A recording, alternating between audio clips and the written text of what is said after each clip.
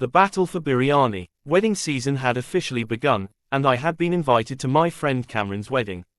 But honestly, there was only one thing on my mind: finally, I'll get to eat biryani.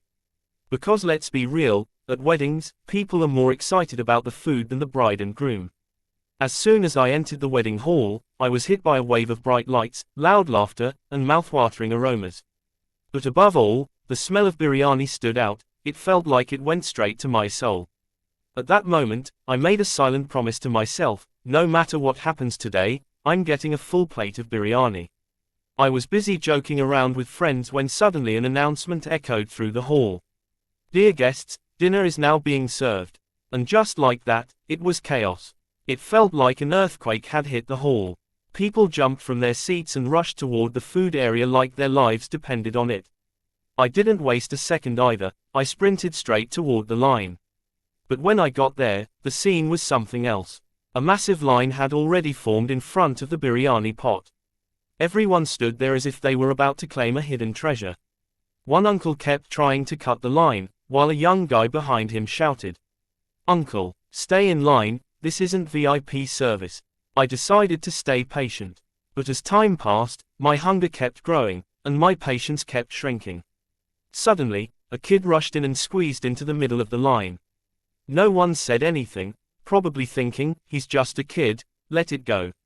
But then came his father, then his uncle, and before we knew it, the entire family had joined the line right there.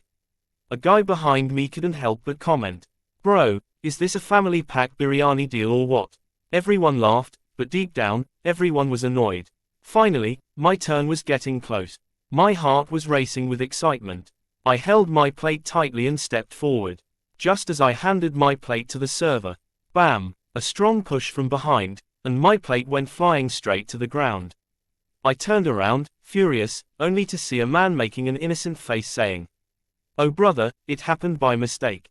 At that moment, I wanted to set up a courtroom right there. But my love for biryani forced me to stay quiet. I took a deep breath and got back in line. Round 2. This time, the crowd was even bigger. It felt like the entire city had come just for biryani. From somewhere in the crowd, I heard someone say, "Brother, put some extra, I need to take some home too." I thought to myself, is this a wedding or a ration shop? Eventually, my turn came again. This time, I was extra careful.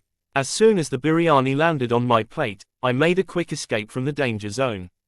But the story wasn't over yet.